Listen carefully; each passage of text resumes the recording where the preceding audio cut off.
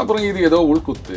So அதைத்தான் அண்ணாமலை அவர்கள் சரியாக யூஸ் பண்ணியிருக்காருன்னு நான் நினைக்கிறேன். இப்போ இதெல்லாம் பண்ணுங்க, இதில் ஆக்ஷன் எடுக்கிறீங்களா பார்க்கலாம், அப்போ உங்களுடைய உண்மையான நோக்கம் என்னன்றது தெரியும். இதுதான் அண்ணாமலை அவர்களுடைய அரசியல் ஸ்ட்ராட்டஜி. அதில் எஃப்ஐஆர் பதிவு செய்து உடனே வந்து அவங்க பெரிய தாமதம் இல்லாமல் ரெய்டெல்லாம் நடத்தியிருக்காங்க. இது எல்லா இடங்களிலும் தொடர வேண்டும். அப்படி இல்லாமல் ஏதோ ஒரு அமைச்சர் 2 அமைச்சர் அப்படின்னு நிறுத்தினாங்கன்னா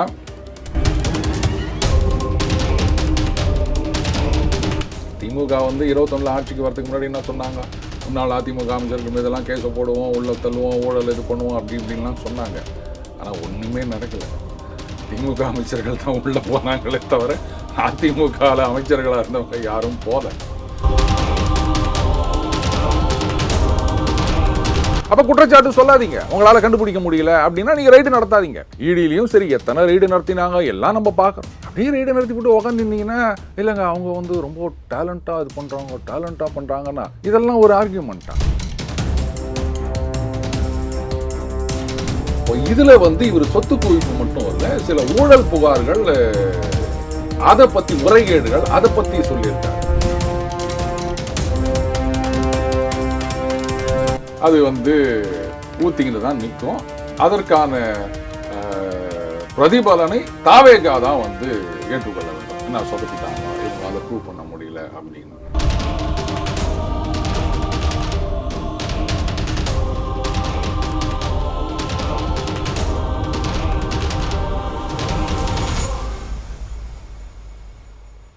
ரியல் ஒன் நண்பர்கள் உறவுகள் அனைவருக்கும் வணக்கம். இன்று நம்மோடு இருப்பவர் டெய்லி பஞ்ச் அருண் அவர்கள். வணக்கம் சார். வணக்கம் சிவா.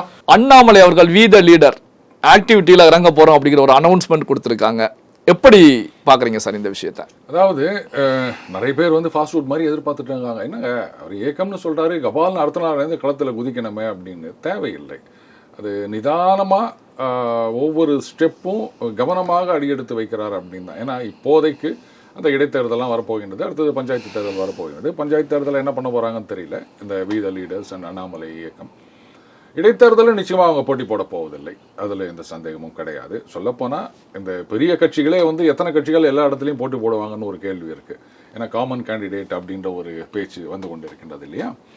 ஸோ இப்போதைக்கு அடுத்த பொது தேர்தல் அப்படின்னு சொன்னால் 29 பாராளுமன்ற தேர்தல், அதுக்கு அடுத்தது 31. இந்த அரசாங்கம் 5 வருடம் கண்டினியூ பண்ணும்போது 31 தான் உங்களுக்கு சட்டமன்ற தேர்தல். அதுக்குள்ள கொஞ்சம் கொஞ்சமாக பிரிக் பை பிரிக் இயக்கத்தை வலுப்படுத்த வேண்டும் அப்படின்னு சொல்லிட்டு போகிறதுல எந்த தவறும் கிடையாது. அதே சமயத்தில் எந்த நேரத்தில் குரல் கொடுக்க வேண்டுமோ டோட்டலாக அவர் வந்து ஏர்பிளைன் மோடில் போயிடலாங்க. இப்போ இந்த ஏவாவேலு அவர்களுக்கு எதிரான இந்த ரெய்டு இல்லையா, அதுலேயும் அவர் என்ன பண்ணியிருக்காரு, ஒரு 5 நிறுவனங்களை குறிப்பிட்டு இதை பற்றி விசாரணை நடத்த வேண்டும். அதுக்கப்புறம் உதயநிதி ஸ்டாலின் அவர்கள் ஏதோ ஒரு அவருடைய ரசிகர் மன்றமும் ஒரு தனியார் ஸ்டீல் கம்பெனியும் ஒரே அட்ரஸ்ல செயல்பட்டாங்க. அந்த ஸ்டீல் கம்பெனி 1000 கோடி ரூபாய் தமிழகத்துல முதலீடு செய்திருப்பதாகவும் செய்திகள் வெளியாகி இருந்தது. வெளிநாடு போயிருந்த ஆனா முதலீடு செய்ததற்கான எந்த பதிவுமே எந்த ரெக்கார்டுமே இல்ல, அது குறித்தும் விசாரிக்கணும் அப்படின்னு சொல்லி வெளியிட்டிருக்காங்க. சோ இப்போ இந்த ரெய்டு அப்படின்றது அகைன் உடனே வந்து எல்லா முன்னாள் அமைச்சர்கள் மீதும் ஒரே நாள்ல ரெய்டு நடக்கணும் அப்படின்லாம் நான் எதிர்பார்க்கல. அதுவும் ஸ்டெப் பை ஸ்டெப்பாக தான் போவாங்க. இது வந்து 22 கொடுக்கப்பட்ட புகார் அப்படின்னு சொல்கிறாங்க, ஏவாவேலு அவர்களுக்கு எதிரானது. அதில் எஃப்ஐஆர் பதிவு செய்து உடனே வந்து அவங்க பெரிய தாமதம் இல்லாமல் ரெய்டெல்லாம் நடத்தியிருக்காங்க. இது எல்லா இடங்களிலும் தொடர வேண்டும். அப்படி இல்லாமல் ஏதோ ஒரு அமைச்சர் 2 அமைச்சர் அப்படின்னு நிறுத்தினாங்கன்னா திமுக வந்து 21 ஆட்சிக்கு வரதுக்கு முன்னாடி என்ன சொன்னாங்க, முன்னாள் அதிமுக அமைச்சர்கள் மீதெல்லாம் கேஸை போடுவோம், உள்ள தள்ளுவோம், ஊழல் இது பண்ணுவோம் அப்படி இப்படின்லாம் சொன்னாங்க. ஆனால் ஒன்றுமே நடக்கலை. திமுக அமைச்சர்கள் தான் உள்ளே போனாங்களே தவிர அதிமுகவில் அமைச்சர்களாக இருந்தவங்க யாரும் போல.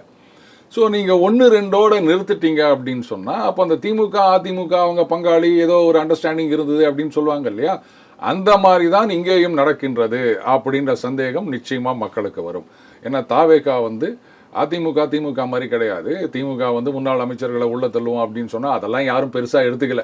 இது எல்லாம் அதிமுக மாறி மாறி சொல்கிறது தான், ஊழல் பண்ணவங்களை உள்ள தள்ளுவோம் அப்படின்னு. அது ஒன்றும் நடக்காது. அப்படியே கேசப்பட்டாலும் ஒரு 10 வருஷம் 5 வருஷம் இழுக்குன்றது நமக்கு தெரியும்.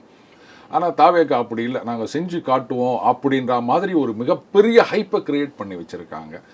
அப்படி இருக்கச்ச இந்த கேஸு ஸ்ட்ராங்காக இல்லாமல் ஊற்றிக்கிச்சுன்னாலோ இப்போது நீங்கள் தான் சொல்கிறீங்களா, எல்லா துறைகளிலும் பார்ட்டி ஃபண்டு எல்லா இடத்துலையும் ஊழல் நடந்திருக்கு, எல்லா டெண்டர்லேயும் காசு வாங்கியிருக்காங்க அப்படின்னு சொல்கிறீங்கல்ல. அப்போ சொல்கிறதோடு நிறுத்தாமல் எல்லா இடத்துலையும் நடவடிக்கை இருக்க வேண்டும். அப்படி பார்த்தீங்கன்னா கிட்டத்தட்ட எல்லா முன்னாள் அமைச்சர்களுக்கு எதிராகவும் ரெய்டு நடத்தப்பட வேண்டும். அப்படி நடத்தாமல் ஒதுங்கினாங்கன்னு சொன்னால் அப்புறம் இது ஏதோ உள்குத்து அப்படின்ற மாதிரி தான் வரும். ஸோ அதைத்தான் அண்ணாமலை அவர்கள் சரியாக யூஸ் பண்ணியிருக்காருன்னு நான் நினைக்கிறேன். இப்போ இதெல்லாம் பண்ணுங்கள், இதில் ஆக்ஷன் எடுக்கிறீங்களா பார்க்கலாம், அப்போ உங்களுடைய உண்மையான நோக்கம் என்னன்றது தெரியும். இதுதான் அண்ணாமலை அவர்களுடைய அரசியல் ஸ்ட்ராட்டஜி. நல்ல ஸ்ட்ராட்டஜி தான். அதே நேரத்தில் இப்போ அண்ணாமலை அவர்கள் கடந்த காலத்தில் டிஎம்கே ஃபைல்ஸ் அப்படின்னு வெளியிட்டாங்க, அந்த லிஸ்ட்டை தான் இப்போ பட்டியலிட்டு காமிச்சிருக்காங்க. இல்லை, நீங்கள் ஒரு விஷயம் கவனிக்கணும். அந்த டிஎம்கே ஃபைல்ஸில் இருந்த நிறைய விஷயங்கள் வந்து அந்த திமுக தலைவர்கள் அவங்க வந்து எவ்வளோ சொத்து சேர்த்துருக்காங்க அப்படின்னு. இப்போ நம்ம திமுகவே அப்போ என்ன சொன்னாங்க, இது வேறங்க இதெல்லாம் அஃபிடவிட்டில் இருக்குதுங்க, அதை கொண்டாந்து போட்டுக்கிறாருங்க அவர் அப்படின்னு. ஸோ அப்போ அதில் அவர் கொடுத்த தகவல்கள் உண்மைன்றதை அவங்களே ஒத்துக்கிறாங்க. கரெக்டாக இப்போது நீங்கள் வந்து ஒரு தேர்தலில் நிற்கிறீங்க. இப்போ 21 தேர்தலில் நிற்கும் போது எனக்கு வந்து ஒன்றுமே சொத்து இல்லைங்க, வெறும் ஒரு 1 லட்ச ரூபா இருக்குது, ஏன் 10,000 கூட சொல்லுங்களேன், 10,000 ரூபா தான் பேங்க்கில் இருக்குது, வேறு ஒன்றும் இல்லை அப்படின்னு அஃபிடவிட்டை ஃபைல் பண்ணிவிட்டு எம்எல்ஏவும் ஆயிட்டீங்கன்னு வச்சுக்கோங்களேன். சரி, மந்திரியும் ஆயிட்டீங்கன்னு வச்சுக்கோங்க. சரி, இப்போ கற்பனையாக சொல்லிட்டு போவோமே சிவா அவர்கள் மந்திரின்னு. அப்போ 26 மறுபடியும் எலெக்ஷனில் நிற்கிறீங்க. இப்போ வந்து எனக்கு சொத்து 100 கோடி அப்படின்னு காமிக்கிறீங்கன்னு சொன்னால் எலெக்ஷன் கமிஷனில் கேட்க மாட்டாங்க. போன தடவை 10,000 ரூபா காமிச்சிட்டு இப்போ நான் 100 கோடி காமிக்கிறேன், இதெல்லாம் கேட்கவே மாட்டாங்க. அப்போ கேட்குறவங்க இதை கேட்கணும், அதானே? பட் இதை வந்து யாரும் கேட்கறதா இல்லை. எதுக்கு அப்புறம் இந்த மாதிரி டீட்டெயில்ஸ்லாம் நீங்கள் வாங்குறீங்க?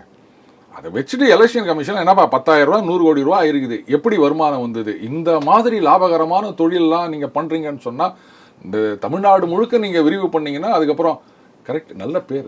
அந்த தமிழ் படம் 1 பார்த்தீங்களா, அதில் அப்படி தான் Siva airport, Siva railway station அப்படின்னு இருக்கும். உங்களுடைய அந்த வியாபார உத்திகள் இதை பயன்படுத்தி தமிழ்நாட்டை 2 ட்ரில்லியன் ஆகியிருக்கலாம் அப்படின்னு யாராவது கேள்வி கேட்கணும்ல. அடுத்தது அவர் ஃபைல்ஸை மட்டும் ரிலீஸ் பண்ணாரு, ஆனால் ஒன்றும் நடவடிக்கை எடுக்கலன்னா யார் நடவடிக்கை எடுக்கணும்? மத்திய அரசாங்கம் தானே. இன்கம் டேக்ஸ் டிபார்ட்மெண்ட் ஒன்று இருக்குல்ல, எலெக்ஷன் கமிஷன் அஃபிடவிட் வாங்குறதோட சரி, இன்கம் டேக்ஸ் டிபார்ட்மெண்ட் அவங்க கேட்டிருக்கணும். அவங்க யாரும் கேட்டதா தெரியல.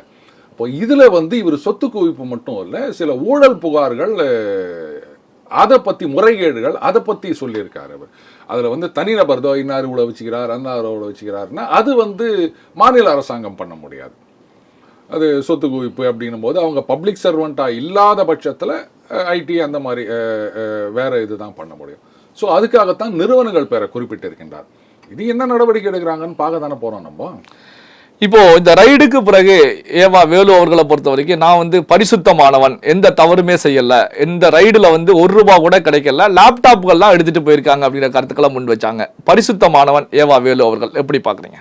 இல்லை, அதுக்கு வந்து முன்னாள் முதலமைச்சர் மு.க. ஸ்டாலின் அவர்கள் ஒரு ட்வீட் போட்டிருந்தார்ல இந்த ரெய்டு சம்பந்தமா. அதில் அவர் என்ன சொல்லியிருந்தாருன்னா, இதுவரைக்கும் திமுக அமைச்சர்கள் மீதான ஊழல் குற்றச்சாட்டுகள் எதுவும் நிரூபிக்கப்படவில்லைன்னு சொல்லியிருந்தாரு. குற்றமே பண்ணலன்னு சொல்லலை. ரைட்டு, அது சட்டப்படி பார்த்தீங்கன்னா நிரூபிக்கப்படும் வரை எல்லாருமே வந்து இன்னசென்ட் தான், அதை நம்ம மறுக்க முடியாது. அப்போது இவங்கள்லாம் குற்றவாளிகள் ஊழல் பண்ணியிருக்காங்கன்னு சொன்னால் அதை நிரூபிக்க வேண்டிய கடமையும் பொறுப்பும் அரசாங்கத்துக்கு இருக்கின்றது. அதை நீங்கள் பண்ண முடியாமல் இப்போவும் சில பேர் சொல்லிட்டு இருக்காங்க, போன ஆட்சியில் கூட ஏங்க திமுக மீது நடவடிக்கை எடுக்க முடியவில்லை அப்படின்னு சொன்னால் அவங்களாம் சயின்டிஃபிக்காக கரப்ஷன் பண்ணுறாங்க. அது ஒரு காரணம் கிடையாதுங்க. அப்போ குற்றச்சாட்டு சொல்லாதீங்க, உங்களால் கண்டுபிடிக்க முடியல அப்படின்னா நீங்கள் ரைடு நடத்தாதீங்க. ஈடிலையும் சரி எத்தனை ரைடு நடத்தினாங்க எல்லாம் நம்ம பார்க்குறோம். அப்படியே ரைடு நடத்தி போட்டு உக்காந்துருந்தீங்கன்னா இல்லைங்க அவங்க வந்து ரொம்ப டேலண்ட்டாக இது பண்ணுறாங்க, டேலண்ட்டாக பண்ணுறாங்கன்னா இதெல்லாம் ஒரு ஆர்கியூமெண்ட்டா? ஸோ விரைவிலேயே வந்து இதற்கான அந்த லாஜிக்கல் கன்க்ளூஷன் அப்படின்றது வரணும். வரலன்னா தாவேக்காக தான் கெட்ட பேர். திமுக வந்து சொல்லிடுறாங்க பார்த்தீங்களா, எவ்வளோ பண்ணி பார்த்தாங்க ஒன்றும் பண்ண முடியல, இதுலேருந்தே தெரியலையா அப்படின்வாங்க. அது இது அதாவது இந்த ஹீரோ அந்த மாதிரி தானே வந்து இவரை ஓட்டு போட்டு தேர்ந்தெடுத்திருக்காங்க. ஸோ அது வந்து ஒரு பெரிய சர்க்கிளாக பார்க்கப்படும். இதே விவகாரத்தை ராசா அவர்கள் பேசும்போது பாத்தீங்கன்னா 1,76,000 கோடி விவகாரத்தையே நாங்க உடைச்செறிஞ்சிட்டு சட்ட ரீதியாக உடைச்சிட்டு வெளியே வந்த நாங்க இதெல்லாம் சாதாரணமா சட்ட ரீதியாக எதிர்கொள்வோம் அப்படின்னு சொல்லி தெரிவிக்கிறாங்க. நிச்சயமா, ஏன்னா திமுகவில் அந்த வழக்கறிஞர் அணி அப்படின்றது ஒரு காலத்தில் ஸ்ட்ராங்காக இருந்தது. ஜெயலலிதா அவர்களுக்கு எதிரான அந்த சொத்து குவிப்பு வழக்கில் வந்து அதை அவங்க மறுபடியும் இங்கே ஜெயிச்சு வந்த பிறகு அதை மாநிலம் மட்டும் மாற்றணுன்றதாகட்டும், அதை கடைசி வரைக்கும் வந்து விடாமல் அந்த வழக்கை இது பண்ணி அதுக்கு ஒரு லாஜிக்கல் கன்க்ளூஷன் கொண்டு வந்தாங்க. ஆனால் இதே அதிமுக திமுகவாது 5 வருஷம், அதுக்கப்புறம் அதிமுக வந்துச்சு. ஆனால் இந்த தடவை அதிமுக 2011 21 வரைக்கும் ஆட்சியில் இருந்தார்கள். இதில் முன்னாள் திமுக அமைச்சர்கள் மீது அதுக்கும் முன்னாடி போடப்பட்ட கேஸ் ஏதாவது முடிச்சாங்களா? எத்தனை வருஷமா தூங்கி இருந்தது கேஸ். இவங்களே சரி நாளைக்கு ஏதாவது இடி வந்துட போதேன்னு நினைச்சாங்களோ என்னவோ தெரியல, டக்கு டக்குன்னு அந்த கேஸை முடிச்சு ஒன்றும் இல்லை நக்விட் ஆகி அதுக்கப்புறம் அது அப்பீலில் போய் இப்படி நடந்தது இல்லையா? ஸோ அந்த அளவுக்கு நீங்கள் இதெல்லாம் சரியாக ப்ராசிக்யூஷனில் நிரூபிக்கணும்னு சொன்னால் ரொம்ப கஷ்டம். அவர் சொன்னது கரெக்டு தான். 2G கேஸ்லேயே அவர் தான் சொல்கிறாரு, எங்கே போனாலும் ஆமாங்க ஜட்ஜியாக பாராட்டினாங்க, ரொம்ப அழகாக வாதாடினீங்க அப்படின்னு சொல்லிட்டு. அப்போது அதையே அவங்க உடைச்சி வெளில வந்துட்டாங்கன்னும் போது நீங்கள் கேஸு சுகுராக நீங்கள் போடலன்னு சொன்னால் அது ஊத்திக்கிட்டு தான் நிற்கும். அதற்கான பிரதிபலனை தாவேகா தான் ஏற்றுக்கொள்ள வேண்டும். என்ன சொதப்பிட்டாங்க, இவங்களால ப்ரூவ் பண்ண முடியல அப்படின்னு. KN நேரு அவர்கள் ஒரு நிகழ்ச்சியில பேசும்போது விரைவில் சட்டமன்றத்துக்குள்ள ஸ்டாலின் அவர்கள் உள்ள வருவாங்க அப்படிங்கிற கருத்துக்களை முன் வச்சாங்க. இது குறித்து ஸ்டாலின் அவர்கள்ட்ட கேட்கும்போது இன்னும் முடிவு செய்யப்படல அப்படிங்கிற கருத்துக்களை முன் வைக்கிறாங்க. அதாவது சட்டமன்றம் கேட்கும்போது இன்னும் முடிவு எடுக்கல அப்படிங்கிற கருத்துக்களை முன் வைக்கிறாங்க. இடைத்தேர்தலில் ஸ்டாலின் அவர்கள் போட்டியிடுவாரா? போட்டியிட்டால் எப்படி இருக்கும் சார்? அதாவது அதுக்கு இன்னும் நிறைய ஃபேக்டர்ஸ் இருக்கு. அது இல்லாமல் டைரக்டாக அவர் போட்டி போடுவார்னு நான் நினைக்கல. ஏன்னா ஏற்கனவே இந்த பொது வேட்பாளர் அப்படின்ற ஒரு கருத்தை அன்புமணி அவர்கள் தான் முதல்ல கொண்டு வந்தார். ஸோ அந்த மாதிரி வந்தது அப்படின்னு சொன்னால் நிச்சயமாக அவர் போட்டியிடுவதற்கான வாய்ப்பு இருக்குது. அப்படி இல்லைன்னா கொஞ்சம் யோசிப்பாங்கன்னு தான் நான் நினைக்கிறேன். ஏன்னா மறுபடியும் இந்த பக்கம் அதிமுக, பாஜக, இந்த பக்கம் நாத்தாக்க, அதுக்கப்புறம் திமுக அப்படின்னும் போது ஓட்டு ஸ்பிளிட் ஆகும். அப்போ மறுபடியும் தோத்தாங்கன்னு சொன்னால் ரொம்ப அசிங்கமாயிரும். அதனால் இந்த பொது வேட்பாளர்ன்ற கான்செப்ட் வந்ததுன்னு சொன்னால், ஏன்னா இன்னும் டைம் இருக்குது, அதுக்குள்ளே எவ்வளோ மாற்றங்கள் நடக்கும் அப்படின்னு சொல்ல முடியாது. இதில் இன்னொரு முக்கியமான விஷயம் நீங்கள் கவனிக்கணும் சிவா. லெட்ஸ் இப்போ என்ன 5 6 எத்தனைன்னு கூட மறந்து போச்சு நமக்கு. இன்னும் ஒரு 10 பேர் ரிசைன் பண்ணுறாங்கன்னு கூட வச்சுப்போமே அதிமுகலேருந்து. அத்தனை தொகுதியிலையும் தாவேகான்னு ஜெயிச்சிடுறாங்கன்னு வச்சுக்கோங்களேன். பிசிகா, கம்யூனிஸ்ட்டு, இவங்களுடைய ஃபியூச்சர் என்ன சிவா? இல்லை 6 தொகுதிகளுக்கு இப்போ இடைத்தேர்தல் நடக்க இருக்கிறது. 6ல் ஜெயித்தாலும் 114 அப்படிங்கிற 113 அப்படிங்கிற இலக்கத்தான் இருக்குவாங்க. சொன்னேன் சரி 113. பாமக வந்துட்டாங்கன்னா அப்புறம் இவங்க வெளில போனாலும் பிரச்சனை இல்லைல்ல. ஒருவேளை இன்னும் 10 பேர் ரிசைன் பண்ணுறாங்கன்னு வச்சுப்போமே. அப்போது இப்போ மதிமுகவில் வேற யாரோ ஒருத்தர் ரிசைன் பண்ண போகிறதா சொல்லிட்டு இருக்காங்க இல்லையா? ஒருத்தர் மதிமுக பொதுக்குழு கூட்டம் இன்றைக்கு நடைபெறுகிறது. கூட்டணியில் தொடர்வதா இல்லையா? அதாவது இத்தனை நாளாக தன்மானம் சுயமரியாதையை இழந்து விட்டோம்ன்றதை இன்னைக்கு தான் கண்டுபிடிச்சிக்கிறாரு வைகோ. இப்போ என்ன இழந்தார் அப்படின்றத இன்னும் 5 வருஷம் கழிச்சு தான் அவர் கண்டுபிடிப்பார் அப்படின்னு நினைக்கிறேன். ஒருவேளை இன்னும் சில பேர் ராஜினாமா பண்ணி எல்லாமே விசில் சின்னத்திலேருந்து தாவேகாவுக்கு தனி மெஜாரிட்டி வந்துருச்சுன்னு சொன்னால் அப்போ இந்த கூட்டணி கட்சிகளோட நிலைமை என்ன ஆகும்? அவங்க யோசிப்பாங்களா மாட்டாங்களா? அப்போ தாவேகாவுக்கு தனி மெஜாரிட்டி இல்லாத வரைக்கும் தான் இவங்களுடைய அந்த லிவரேஜ்ன்றது ஒர்க் அவுட் ஆகும். புரியுதுங்களா? ஏதாவது ஒரு ப்ரைவேட்டில் கொண்டு வரோன்னு சொன்னால் அது முடியாதுன்னு சொல்லலாம். இல்லை இந்த திட்டத்தை மறுபரிசீலனை செய்யுங்கன்னு சொல்லலாம். இதை கேன்சல் பண்ணுங்கன்னு சொல்லலாம். இந்த அப்பாயின்மெண்ட்டை ஏற்றுக்க முடியாதுன்னு சொல்லலாம். இது மாண்பை குறைக்கும் விதத்தில் இருக்குன்னு சொல்லலாம். அவங்களுக்குன்னு தனி மெஜாரிட்டி வந்துச்சுன்னா வாயே திறக்க முடியாது. என்ன சொன்னாலும் அப்படியே இருந்து இப்போவும் அப்படி தான் இருக்காங்க. அது வேறு விஷயம். ஏதோ அதிசயமாக இந்த மாதிரி 2 கருத்து சொல்லியிருக்காங்க. அப்புறம் நாளைக்கு அதிமுகலேருந்து வரவங்கலாம் சேர்த்துக்கூடாது அப்படின்னு 2 பேரும் உட்காந்து பேசினாங்கல்ல, கம்யூனிஸ்ட்டும் திருமாவர்களும். அதெல்லாம் சொல்ல முடியுமா? எங்களுக்கு மெஜாரிட்டி வந்துச்சு, இதுக்கு மேலே உங்களை நம்பி நாங்கள் இல்லை.